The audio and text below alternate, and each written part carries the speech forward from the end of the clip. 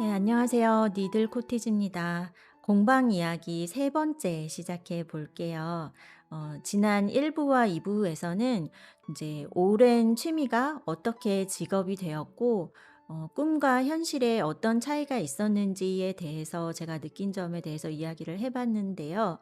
이게 감정이 담길 수도 있는 주제이고, 또 듣는 사람에 따라서 여러 가지로 입장 차이가 날 수도 있어서 많이 조심스러웠어요. 근데 그래도 재밌게 들어주신 분도 있고, 또 예전에 공방에 오셨던 그런 좋은 추억을 또 이야기해 주셔서 되게 반갑기도 했고요. 또 다른 분야지만 공감이 된다고 댓글도 남겨주셔서 그 자체로 저한테도 되게 위로가 됐어요. 그래서 생각을 좀 더 확장시킬 수 있는 그런 경험이 되기도 하는 것 같습니다. 관심 있게 들어주셔서 정말 감사드려요. 이제 정말 중요한 이야기들이 남아 있는데요. 제가 어린 시절에 공방 사장님이 세상에서 제일 부러웠고 10살 때부터 좋아했다면 그건 진짜 찐이잖아요. 그런 점에서 보면 지금 어린 시절의 꿈을 이뤘다고 할 수가 있는데 스스로 지쳐서 여기서 그만둘 수는 없잖아요. 좋아하는 일을 또 오랫동안 계속해서 하기 위해서 결국에는 이게요. 행복하게 나이 들어가는 것과도 연결이 되거든요. 그러기 위해서 제가 고민 끝에 얻은 답을 얘기를 해 보고 싶어졌어요. 그 이야기를 하기 위해서 또 한 가지 짚어봐야 하는 게 바로 1층 매장이 가진 문제점이에요. 근데 그게 모든 경우에 그렇다는 게 아니라 성향에 따라서 다른 선택을 할 수도 있다는 얘기를 드리고 싶어요. 음식점에 한번 비유를 해 볼게요. 메뉴가 골고루 20 가지 넘게 있는 집도 있고 한두 가지 메뉴만 특별하게 잘하는 집도 있잖아요. 근데 저는 매장 판매를 하면서 이런 생각을 종종 했어요. '아니 왜 사람들이 짜장면 집에 와서 파스타를 찾을까? 나는 짜장을 잘하는데 파스타를 해 달래.' 같은 면 요리인데 뭐 재료만 좀 바꾸면 될 것 같은데 왜 안 되냐고 나한테 막 따져. 그리고 다른 집 어디 가면 파스타가 그렇게 맛있다고 자꾸 짜장면 하는 나한테 와서 얘기를 하는 거야. 그리고 또 어떤 사람들은 내가 잘하는 그 레시피를 알려달래. 그래서 알려줬는데 집에 가서 자기가 해보고 맛이 없다는 거야. 아니, 나는 열심히 다 알려줬는데 맛이 없는 게 내 잘못은 아니잖아. 막 이렇게 혼자 속상해 하면서 그러면서 '그러면 파스타도 좀 해야 되나?' 또 이러고 있는 거예요. 우리 뜨개 하시는 분들은 모두 아마 공감을 하실 텐데 세상에 예쁜 게 진짜 얼마나 많아요. 평생 떠도 저거 다 못할 거라고 그러잖아요. 또 하는 사람마다 다 다르기도 하죠. 근데 그거를 어떻게 한 공방에서 다 하는 게 당연히 말이 안 되죠. 아무리 잘하시는 선생님도 아마 평생 떠도 그거를 다 하지는 못할 거예요. 그리고 이제 유행 따라서 뭐 이거 했다가 저거 했다가 다른 데 가도 있는 거를 굳이 또 따라서 만드는 그런 사람이 행복할까요? 아니면 좀 수량도 적고 좀 느리지만은 자기 색깔을 가진 사람이 일하면서 더 행복할까요? 음 더 행복한 사람이 일도 더 오래 할 수 있죠. 가끔 이런 적도 있어요. 이제 제가 만든 샘플들을 보면서 "이것도 마음에 안 든다." 뭐 "이건 별로다." 계속 뭐 너무 여성스러워서 싫다는 거예요. 가방을 보여 달라 그래서 보여 드렸더니 "그건 무슨 드레스 입어야 될 것 같아서 싫은데요." 이렇게 하시는 거예요. 아니 내가 볼 때는 청바지에 들어도 이쁠 것 같은데 제가 그런 사람이고 제가 만드는 것들이 가진 그런 분위기가 모든 사람이 좋아해 줄 수는 없고 그게 어떤 손님의 마음에 안 들었다고 그래서 그게 저의 잘못은 아니죠. 그런데 그런 말들이 저를 공격하는 걸로 느껴졌어요. 모르는 사람에게서 나의 취향을 비난받은 기분. 그런데요, 여기서 제가 아주 중요한 거를 깨달았어요. 손님이 오셔서 없는 물건을 찾고 또 "이거는 마음에 안 든다."고 말하는 그 손님이 잘못한 걸까요? 그거를 내 자아와 연결을 시켜서 민감하게 반응이 일어난 제 잘못인 거예요. 손님은 당연히 물어볼 수 있죠. 여기에 뭐가 있는지 다 모르시니까. 그러면 없으면 없다고 말하면 되잖아요. "그런 거 있어요?" "아 그거는 없는데요." 하면 되는 거예요. 그리고 그 손님이 마음에 안 든다고 한 거는 그 물건이지 제가 아니에요. 우리는 서로 모르는 사이이고 그 사람은 저랑 아무 상관이 없는 거예요. 매일 겪어야 될 수도 있는 그런 일에 제가 감정 소모를 할 필요가 없었던 거죠. 예쁜 말을 해 주시는 분들이 훨씬 더 많아요. 뭘 이렇게 알려드리면 어떤 분들은 진짜 눈을 이렇게 반짝 이렇게 하시면서 "오 쌤 천재예요?" 또 "오 어떻게 그런 걸 알아요?" 막 이렇게 하시고 "와 어떻게 이런 걸 만들 수가 있어요? 와 너무 예쁘다." 이렇게 해 주시죠. 그래서 그런 말을 자주 들으면 자존감이 좀 필요 이상으로 너무 높아질 때가 있어요. 그래서 그 부작용으로 제가 만능이 되고 싶어지는 거예요. 누가 뭘 물어보면 척 다 알아야 될 것 같고, 뭘 찾으시면 바로 찾아 드려야 될 것 같고, 어디서 뭐가 유행한다 하면 나는 그거보다 더 잘해야 될 것 같고. 그런 마음이 커지다 보면 어 누가 조금만 뭐라고 해도 그게 되게 불편해지는 거예요. 그런데요. 어떤 비난이 내 잘못이 아니듯이 칭찬도 제 몫이 아니에요. 밉게 말하는 사람은 그 사람이 그렇게밖에 말할 줄 모르는 사람인 거죠. 예쁘게 말하는 사람은 그분이 그렇게 칭찬할 수 있는 예쁜 마음을 가졌기 때문이고, 그분은 어디에 가서도 그렇게 사람들한테 활력을 주고 사랑받을 수 있는 그런 분인 거예요.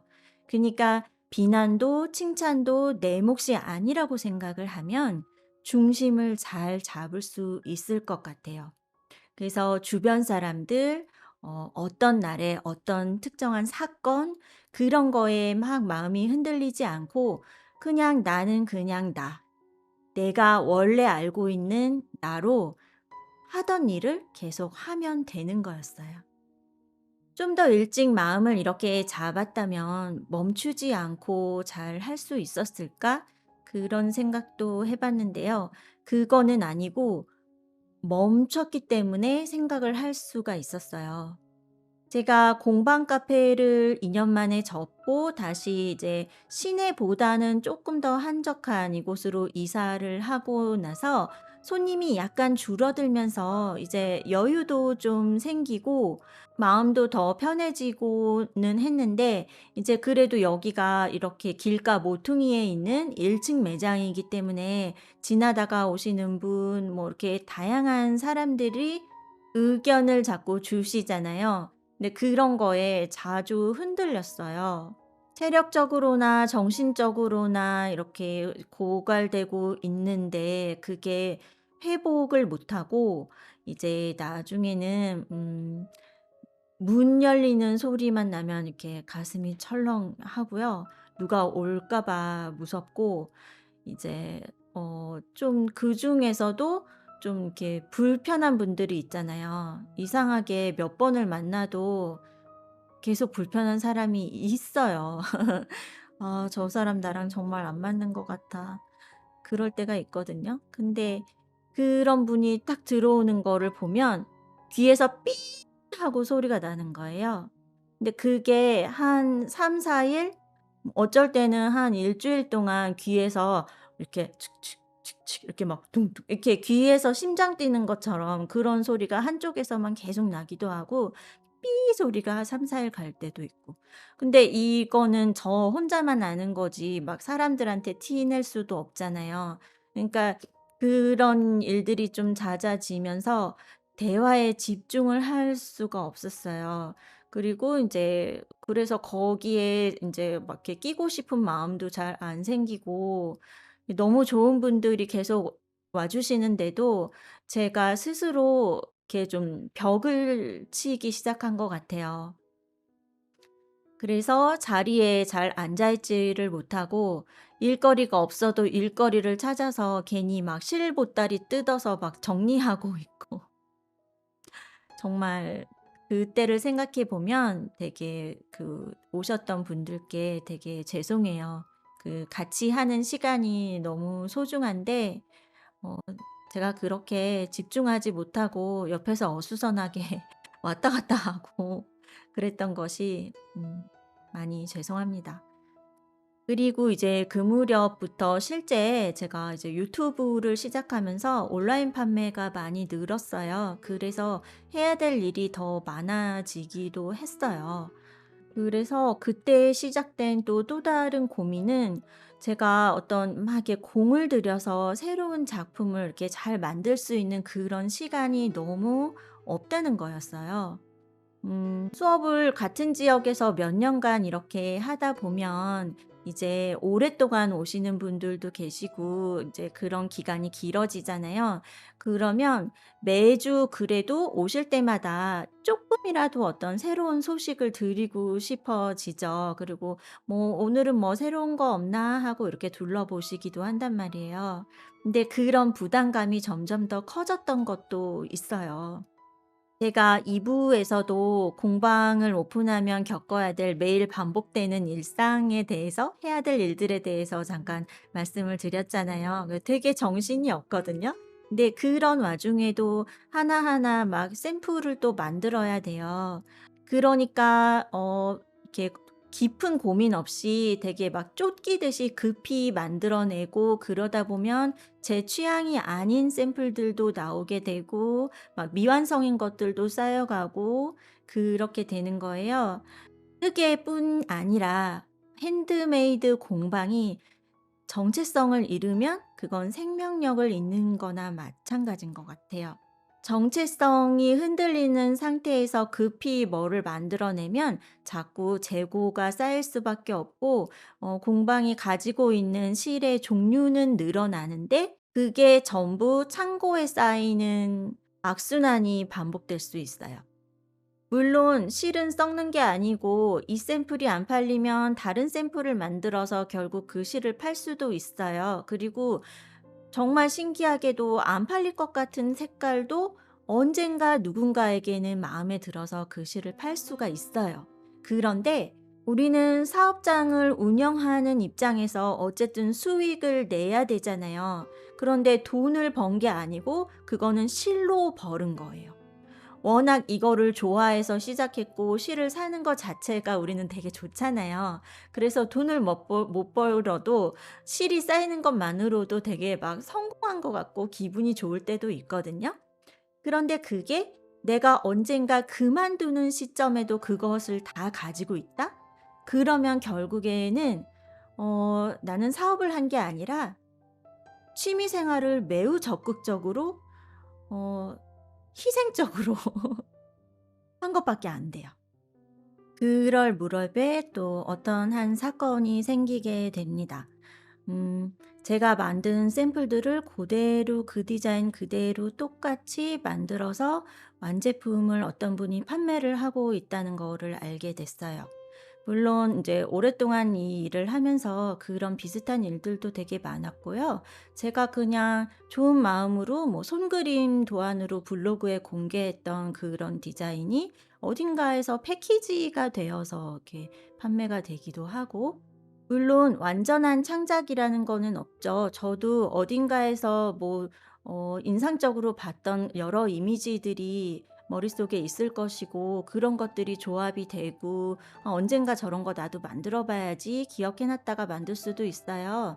그런데 그렇다 하더라도 그거를 누군가의 거를 되게 손쉽게 베껴서 하지는 않고 어떻게든 그게 나의 것으로 다시 재탄생을 한다고 해야 될까요? 그렇게 해서 나올 수 있도록 많은 고민을 한단 말이에요. 바쁜 일상을 쪼개서 많이 고민을 해서 만들어요. 그거는 자기 자신이 알잖아요. 어떤 과정을 통해서 그 디자인이 나왔는지. 그런데 이제 그동안에 쪼끔씩 쌓여왔던 것들이 그때 그분으로 인해서 제가 좀 한꺼번에 터졌던 것도 있어요. 그러니까 100% 그분만의 잘못은 아니었던 것 같고, 지금 나중에 생각해 보면 그때 제가 대처를 좀 잘 못했던 점도 있었어요. 왜냐면 제가 직접적으로 말하는 거를 굉장히 어려워하고, 전화 통화도 사실은 불편해하는 성격이라는 거를 이전 편에서 말씀을 드렸었는데, 그런 거를 문제가 생겼을 때 좀 회피하려는 성향이 있어요. 그래서 음 다시는 이 사람을 볼 수가 없을 것 같았고, 너무나 불편해서 '그냥 우리 공방에 안 오셨으면 좋겠다.' 이렇게 생각을 했고요. 그냥 당연히 이 관계는 끝났다고 혼자 그렇게 생각을 했어요. 그런 사람이 그분뿐이 아니라는 것을 알고 있었기 때문에 좀 이 기회에 보란 듯이 나의 억울함을 알리고 싶은 막 이런 좀 그런 작은 마음도 있었던 것 같아요. 그래서 공개적으로 제가 막 공방 밴드랑 인스타에다가 올렸죠. "여러분 그러시면 안 돼요. 저작권은 소중합니다." 그런데 그분이 저에게 서운했던 거는, "그래도 그동안에 몇 년간 내가 거기를 다닌 그게 있는데 나랑 먼저 대화를 하지 않고, 응? 선생님은 그냥 안 보면 그만이냐. 오지 마라? 더 이상 오지 마라? 어떻게 그럴 수가 있냐." 그게 또 서운했다고 하시더라고요. 그런데 저는 그냥 그런 말조차도 듣기가 싫었고, 그렇게 인연이 소중하다면 나의 뒤에서 왜 나에게 그런 행동을 하셨을까? 그게 너무나 이상했어요. 결국에는 전화로 서로 일방적인 이야기만 하면서, 그렇게 제가 살면서 진짜 심장이 막 바깥으로 튀어나올 것 같이 그렇게 쿵닥대는 경험이 처음이었던 것 같아요. 그런데 제가 그렇게 회피하지 않고 한번 먼저 연락을 드려서 그분의 얘기를 좀 들어보고 이렇게 좀 차분히 해결을 했었다면 어땠을까라는 생각을 합니다. 그래서 감정이 안 좋아진 상태에서 제가 이런 말을 듣게 돼요. 그게 무슨 선생님 거야. 그런 거 인터넷에 널렸어." 라는 말을 듣죠. 물론 아무리 간단한 거여도 내가 이거를 수십 번을 풀어가면서 손으로 그림을 그렸다가 지웠다가 하면서, 그리고 많은 사람들과 수업을 해 보면서 다시 수정하고 정성 들여서 영상을 만들고 이런 과정을 자기 자신은 알아요. 그런데 모두에게 그렇게 보이지 않을 수 있어요.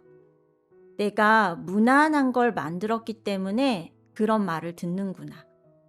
그래서 자존감이 막 바닥으로 내려가서 이제 사람들을 어떻게 대해야 될지 막 자신이 없고, 갑자기 제가 아무것도 모르는 것 같고 아무것도 못할 것 같은 막 그런 감정에 막 휩싸였어요.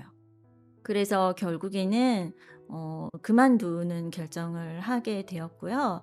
이제 제가 거의 이제 수업을 마무리를 할 때쯤에 막 사람들이 "그러면 뭐 실 사고 싶으면 뭐 와도 돼요." 뭐 이렇게 인제 하시는데, 제가 막 이렇게 얼굴을 막 실룩실룩 이렇게 하면서 "공방 이제 없어진다고 생각해 주세요." 막 이랬어요.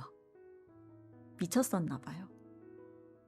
그런데 그렇게 된 것도요, 제가 그만큼 이 일을 좋아하고 저 혼자 거기에 의미 부여를 많이 했기 때문이에요. 나는 이거를 이렇게 열심히 나의 생활의 많은 부분을 포기하면서까지 이렇게 하고 있는데, 누군가에게 가볍게 여겨지는 그것마저도 계속 상처가 되는 거예요. 근데 당연한 거잖아요. 그냥 취미이고 해도 그만 안 해도 그만인 사람도 당연히 있어요. '내가 이거를 하면서 언제가 제일 좋았지?' 이거를 한번 다시 생각해 봤어요. 그런데 작은 방에서 서너 명이 같이 앉아서 이런저런 이야기를 하면서 뜨게 했을 때, 일부 영상에서 제가 그런 이야기들을 했었는데요. 저의 시작은 어쨌든 첫째가 재미였고요. 너무 재밌어서 하게 됐고, 두 번째가 사람들이었어요. 아마 다들 비슷하실 것 같아요. 재밌어서 시작을 했는데 혼자서 하다가 그다음에 계속해서 더 빠져들게 된 이유는 사람들이에요. 내향형이라고 해서 사람을 싫어하는 건 아니잖아요. 밖으로 향하는 에너지가 적을 뿐 그 에너지의 총량은 같다고 생각합니다. 그래서 내향형이지만 사람들 만나는 거, 얘기하는 거 저도 좋아해요. 그게 필요가 없는 사람은 아마 없을 거예요. 그래서 관계가 서투른 저 같은 사람이 뜨개를 손에 들고 있으면 긴장도 덜하고 처음 본 사람과도 신기하게 얘기를 잘 할 수가 있었어요. 그리고 블로그를 처음에 시작을 했던 것도 공감을 얻고 싶어서였죠. 음, 가장 근본적인 이유가 그건 것 같아요. "이거 예쁘지 않나요? 이거 제가 만들었어요." 그러면 너무 예뻐요." 그 말을 듣고 싶어서 사진도 올리고 글도 쓰고 하는 거예요. 공감을 얻고 싶어서죠. 그러니까 돈 버는 거는 그다음이에요. 돈이 중요하지 않다는 건 아니에요. 나의 가치를 인정받는 하나의 지표가 될 수도 있고, 또 독립적인 인생을 살 수 있게 해주는 것도 돈이기 때문에 물론 중요합니다. 그리고 취미가 깊어지다 보면은 이제 그 다음 단계로 가고 싶어지잖아요. 프로가 되고 싶은데 돈을 벌어야 프로라고 할 수가 있겠죠. 그런데 그거 자체가 목적은 아니라는 거예요. 내가 왜 이거를 하고 싶었었나? 이 근본적인 이유를 잊지 않으면 꾸준히 하다 보면 돈은 따라온다고 생각합니다. 진짜예요. 어떤 분이 댓글에 이런 질문을 주셨어요. 성향상 카페나 매장은 못할 것 같은데 그러면 뜨개로 돈 벌 수 있는 방법은 없나요?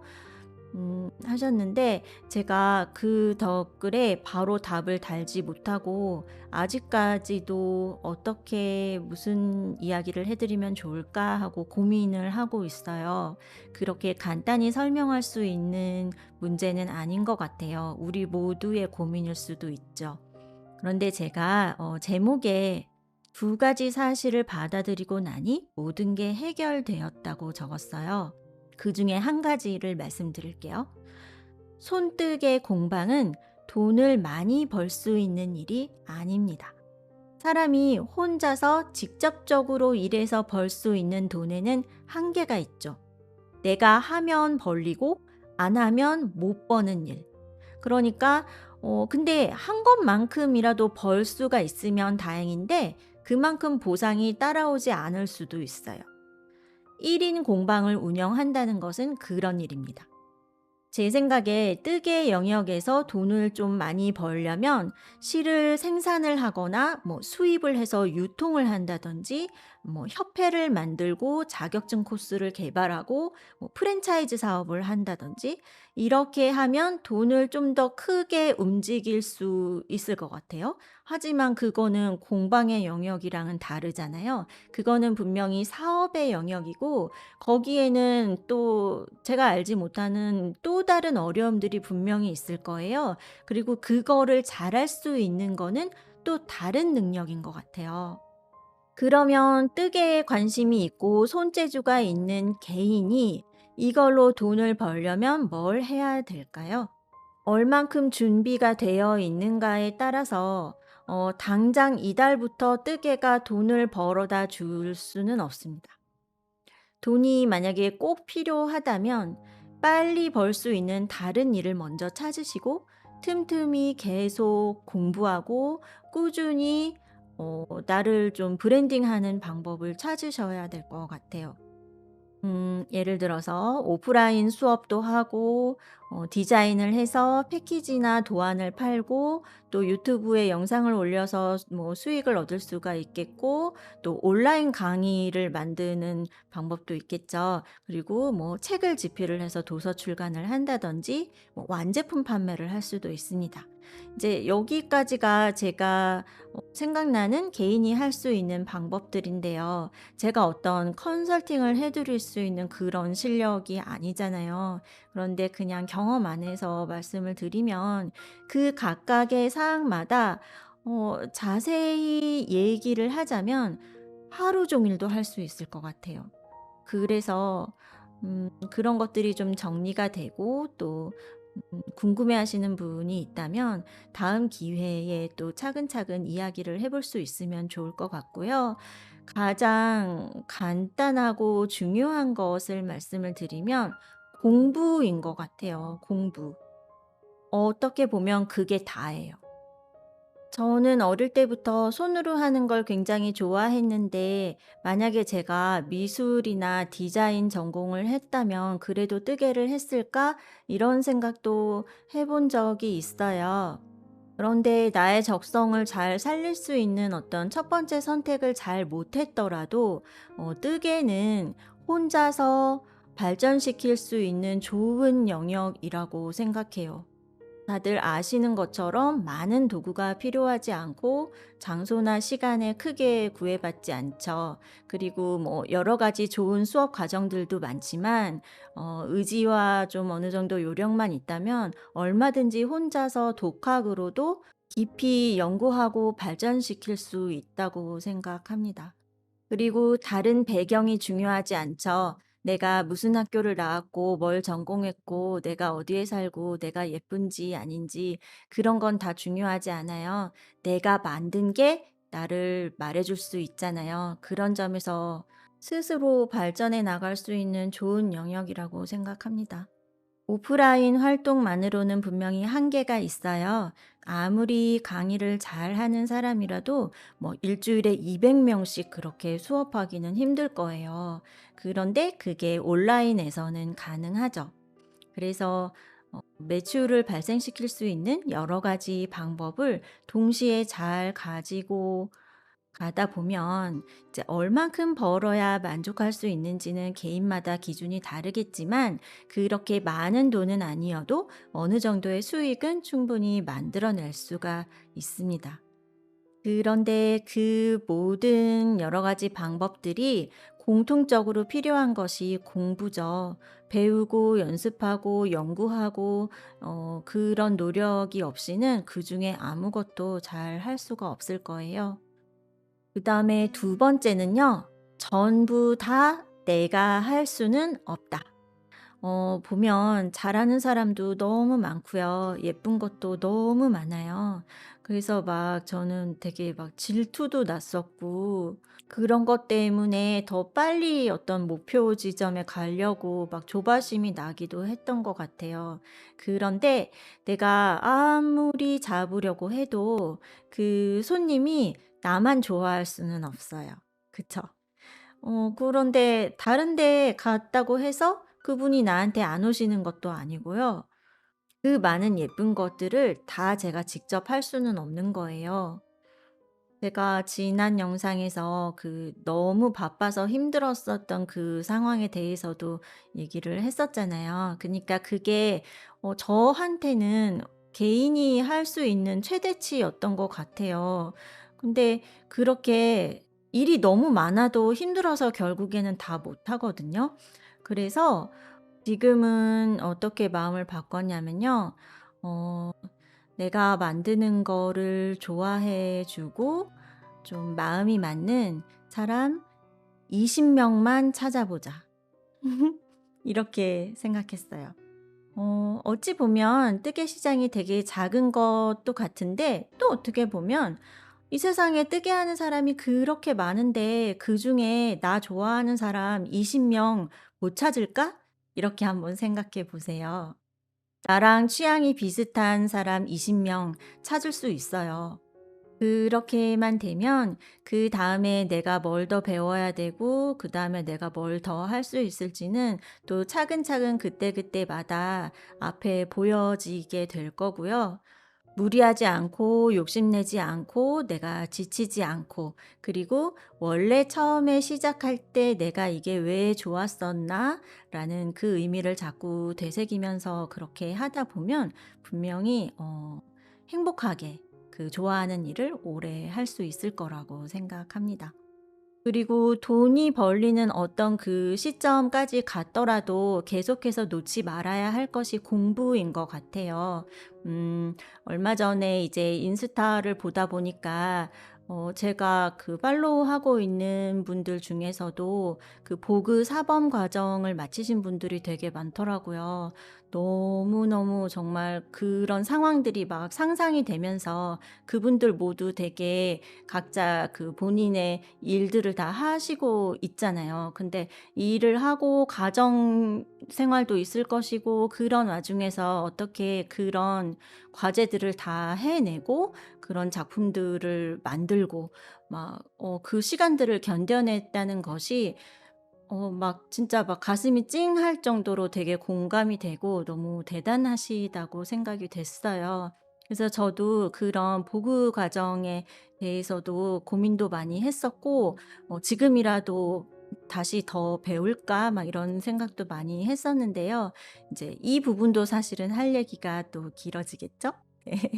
근데 그런 고민 끝에 어쨌든 저도 제가 잘 못하는 영역이 있고 또 해 보고 싶은 그런 궁금한 것들이 아직도 되게 많아요. 그래서 저도 선생님을 찾아가게 됐습니다. 그래서 요즘에 제가 인스타에도 몇 번 올렸었는데 저랑 가까운 곳에 계시는 어 그 다른 공방의 선생님께 제가 잘 못하는 영역을 배우러 다니고 있어요. 그런데 저는 그 시간이 너무너무너무 좋더라고요. '왜 지금까지 내가 이런 용기를 내지 못했을까?'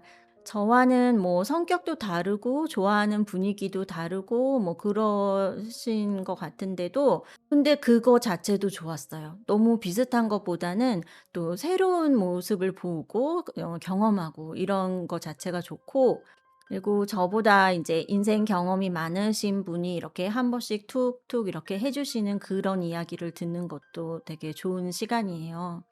그리고 어쨌든 거기가 어 내가 책임지는 그런 공간이 아니잖아요. 그래서 그런 부담감에서 좀 벗어나서 정말 순수하게 호기심을 가지고 그런 배우는 시간을 갖는 거 그것도 되게 좋더라고요. 그래서 내가 잘할 수 있는 영역을 계속 발전시키고 또 그것을 필요로 하는 분들에게는 제가 또 정보를 드리기도 하지만 한편으로는 제가 계속해서 부족한 부분을 또 채우면서 공부하고 그런 시간을 계속 이거를 좀 균형을 잘 이루어야겠다고 생각이 들었어요. 그리고 일과 생활의 균형도 잘 맞아야 되는 거고요. 모든 게 제가 그동안에 겪었던 일들과 힘들었던 그런 것들이 균형이 깨져서 생겼던 일인 것 같아요. 그래서 이거는 또 이제 저의 또 새로운 계획인데요. 지금 있는 이런 1 층에 이렇게 공개된 이런 장소가 저에게 맞지 않는다는 생각이 들어서 예전에 제가 좋아했었던 그 분위기를 다시 떠올려 보면 그냥 오픈되지 않은 어떤 이런 작은 방에서 모여서 할 때가 가장 마음이 편하고 좋았었거든요. 그래서 그런 저의 성향에 맞는 제가 하고자 하는 그 방향에 좀 더 어울리는 장소로 다시 한번 좀 작업실을 이전을 하려고 지금 계획을 하고 있습니다. 그래서 새로 이사 갈 장소는요. 지나가다가 발견되기는 힘든 곳이고요. 저와 약속이 되어 있는 소수의 분들이 이렇게 오셔서 같이 또 제가 열심히 연구해서 만들어 놓은 이런 샘플들을 가지고 수업도 하고 또 소소하게 사는 이야기도 하고 이런 좀 원래 바라고 그렸던 그런 장면 있죠. 조금 여유 있게 뜨개도 하고 음악도 듣고 커피도 마시고 이야기도 하고 이렇게 균형이 잘 맞는 그러면서 인제 그때그때 바뀌는 그런 유행이나 이런 것들에 크게 흔들리지 않고 저와 비슷한 거를 좋아하는 이런 분들과 같이 나이 들어 가는 거 네 그런 게 제가 지금 상상하고 있는 다음에 펼쳐질 꿈이에요. 새롭게 벌어질 일들을 또 생각을 하면 막 설레이기도 하지만 여전히 긴장되는 거는 마찬가지고요. 또 여전히 겪다 보면 또 예상하지 못했던 일이 분명히 또 생길 거예요. 그렇지만 그거를 어느 정도 감수할 수 있는 그런 에너지를 한쪽에 꼭 남겨둘 거라고 이렇게 다짐을 또 해요. 긴 이야기를 들어주셔서 감사합니다. 여기까지 다 들으신 분이 있을까요? 아직 듣고 계시다면 어 생각나는 이야기, 하시고 싶은 이야기, 궁금했던 거 있으시면 댓글에 남겨 주세요. 그리고 또 연이 된다면 만나 뵐 수 있으면 좋겠어요. 저도 인생의 중요한 한 부분을 지나는 중이고 취미 생활로 어떤 공방에 오시는 분도 그런 결정을 할 때 분명히 그 마음에 어떤 배경이 있을 거라고 생각해요. '뜨개를 배워 봐야 되겠다.' 뭐 '내가 시간을 내서 저기에 한번 가 봐야 되겠다.'라는 그런 결정은 그냥 이렇게 뭐 집 앞에 편의점 갈 때처럼 그런 쉬운 결정이 아니잖아요. 제가 '뭔가를 더 배우러 다른 공방에 가 봐야겠다.'라고 마음을 먹고 그거를 실행에 옮길 때 그런 생각을 되게 많이 했거든요. 그러면 그렇게 해서 시간을 내서 나를 찾아주신 그분과의 만남이 그 시간이 '얼마나 깊은 인연인가.'라는 생각도 또 들어요. 같은 지역에서 같은 시간대에 만나진 것만으로도 소중하다고 생각합니다. 이제는 좀 그런 의미를 소홀히 하지 않고 좀 하루하루를 좀 더 즐겁게 그렇게 살고 싶어요. 이야기가 자꾸 길어지네요. 다음에는 제가 새로운 공방의 소식을 또 가지고 인사를 드리겠습니다. 감사합니다.